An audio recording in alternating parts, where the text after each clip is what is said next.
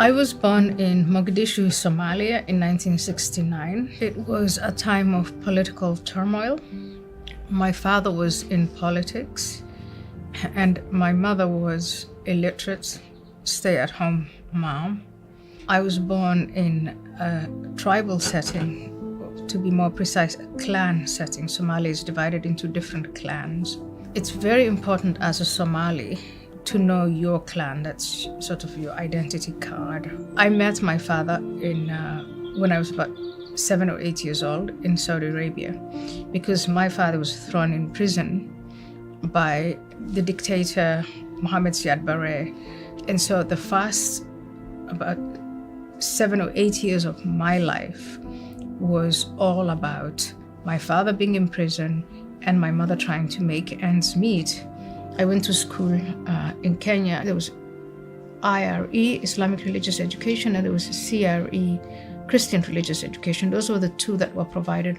And it's in one of these IRE classes, Islamic religious classes, that I encountered a different approach to religion. This teacher comes into our school and she introduced me and my classmates to a completely different concept of Islam. She started to explain to us how absolutely every part of our body was a source of arousal and therefore mischief for men. And every bit of it had to be covered. And she also had taught us how not just the physical parts of our body, even our fingers, but then it wasn't enough to just cover yourself. You could be a source of arousal for men just by your voice. So singing, laughing, raising your voice was bad. So that was the initiation into what she called not just being a Muslim in name only, but being a true Muslim. My father then comes back to Kenya. I was 21 going 22. And for a Somali Muslim man to have a daughter of that age unmarried is a conundrum. So when this Canadian man comes from his Canadian Somali relative, he comes to Kenya and they meet at the mosque. I was offered to him. And for my father, what was relevant was it's a time of civil war. Here's a provider. He's a good Muslim. He's our relative. He's our bloodline. Because he's our bloodline, you are guaranteed that he's going to treat you right. And I say, but I don't agree with you, Dad. I don't think this is the man I want to get married to. He's saying it's God's will. And there, you can't argue with God. You just submit and you obey. And that's it. The marriage was settled. As this whole process of marriage is taking place, the thoughts going through my mind is my mother's life, that I don't want to lead my mother's life. I didn't want to be persecuted by fate and live the way she lived. And so at the age of 22, I went to Holland and I asked for asylum. I didn't quite know how it would unfold, but it was a very attractive alternative. When I asked for asylum, I'm put in an asylum seeker center for about 11 whole months. And again, through the clan system, my father starts asking my uncle, where is she? And they tried to trace me through all the Somalis in Holland. I wrote this letter to my father explaining why I made the choice and apologizing and saying, I know I shamed you. I know I've broken the codes. I know all of these things, but I did it for this reason and forgive me. And he turned my letter on its side, took a red pen and wrote in angry. He cursed me and he disowned me and called me some really ugly names. And that was to show, again, you don't mess around with the clan. And that's what I did. And so within 4 weeks of my arrival in the Netherlands, the Dutch government gave me a refugee status, which is a permanent status. And I never looked back. And so in 2002, I remember thinking about it very seriously and concluding I'm not a Muslim. And there was a big fallout with my family, with my clan, with fellow Muslims, not just in the Netherlands, but beyond, of all the big bad, stuff that I have supposedly done, that's the worst. That's the one thing even your clan members cannot forgive you. Worse, it's your clan members who are supposed to punish you for this.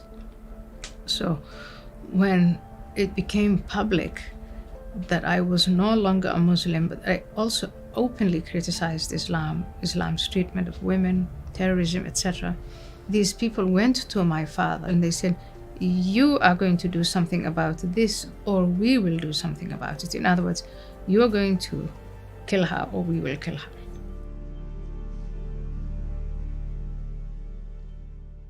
The first series of threats against my life that was issued by Islamists was in 2001, 2002. And that's only because I think on a television interview, I blurted out that I was not a Muslim. And then I remained in public critical of Islam. And that is the first series of threats. And by October of 2002, there's all these people going to my father, all of this tension building up, like she's next. In 2003, the discussion about Islam and women and the Muslim women in Holland and the way they are treated and how they are subjected to female genital mutilation and honor killings, and they are locked up and they're removed from school and they're sent off to the country of origin, and we never know what happens to them. Their passports are taken away, they're forced into marriage. Well, all of these discussions were ongoing, and I was at the center, at the heart of it all. So I came up with this art project in my head. And what I wanted to do was to take the most relevant verses in the Quran, pull them out, the one that says beat her, flog her, execute her, etc., force her into marriage, and have them written on mannequins, on models that were the form of women. And then I wanted that displayed in one of the national museums in The Hague. I don't know how I got introduced to Theo van Gogh. Theo van Gogh was a very famous, and to some people infamous, Dutch film director. And he said, why don't you bring the idea to me? We're not going to use dolls, is what he called the mannequins. We're going to use actual human beings, actresses. And you just write the script and I'll film and direct it. This was aired in August of 2004. And in November, on the 2nd of November of 2004, it was a Tuesday morning, Theo was going to work. The murderer had a gun, had knives, was on a bicycle, chased Theo van Gogh, shot him. Theo crossed the road, all the while telling him, can't we talk about this? Which that sentence, everyone agreed, captured again this clash of civilizations or cultures, the uncompromising nature of Islam, and this let's talk about things, we'll find some middle ground. And they left a note on his body for me. The note is really a fatwa because it basically reads, it's you did this, you did this, you did this, and for these activities, this is the penalty on it, and it shall happen to you. That was the way he had structured it as a fatwa. So that is that's the tragedy that ended Theo's life.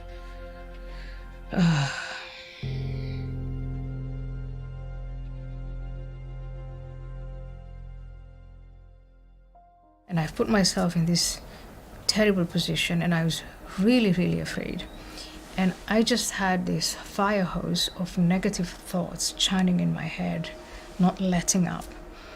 In the meantime, the FBI is coming every so often to say there's this active plot against your life and there's this active plot against your life. And I was medicating these thoughts through drinking. It was a glass of wine, it was 2 glasses of wine, but just to get to the same level of comfort and of relaxation, I would need more and more of it.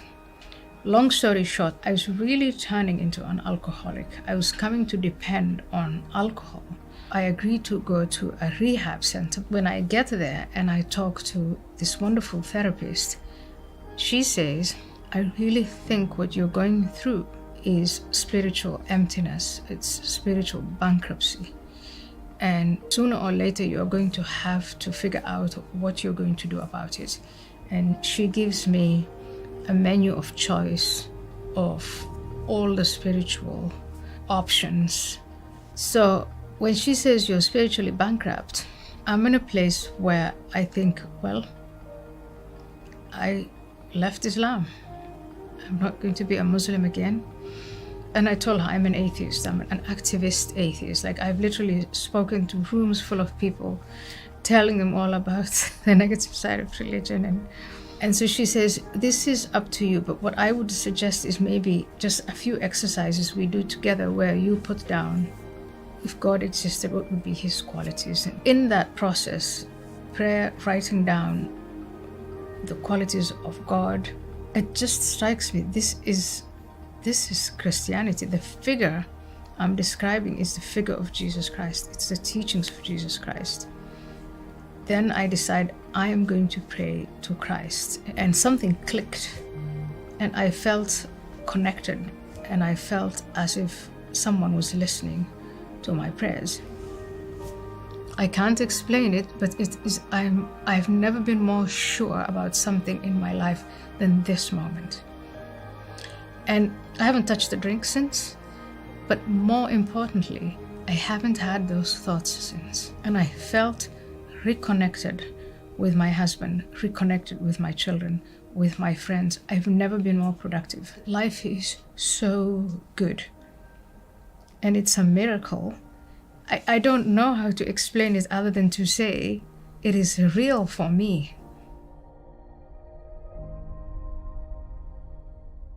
When I joined the Muslim Brotherhood, meaning when the Muslim Brotherhood came into our neighborhood, they were saying you can't just be a Muslim, like you have to understand what you're doing. So you have to know exactly who the Prophet Muhammad was and what he said. And the closer you get to Muhammad and who he really was, the more repugnant the figure of Muhammad gets. So I don't see him as morally infallible. I see him as exactly the opposite. The closer you get to the persona of Jesus, the things that he said and the things that he did, the more attractive it is, the more appealing it is. Islam means submission to the will of God, and that submission is a relationship that's based on power and pride. And power, in this case, is unchecked power. It's absolute power.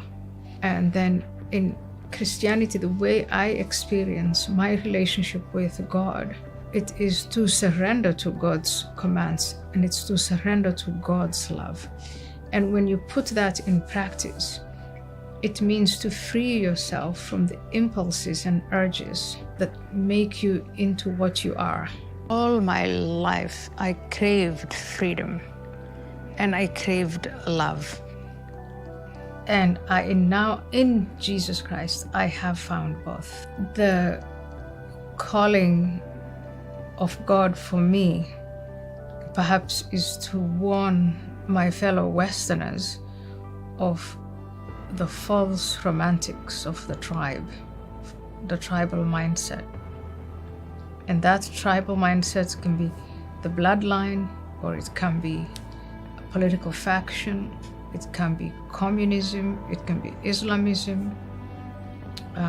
But all of these collective stories of utopia have a way of ending in tyranny, in anarchy, and in bloodshed. It's a standalone truth that when Western civilization turns her back on those biblical foundations, then she declines.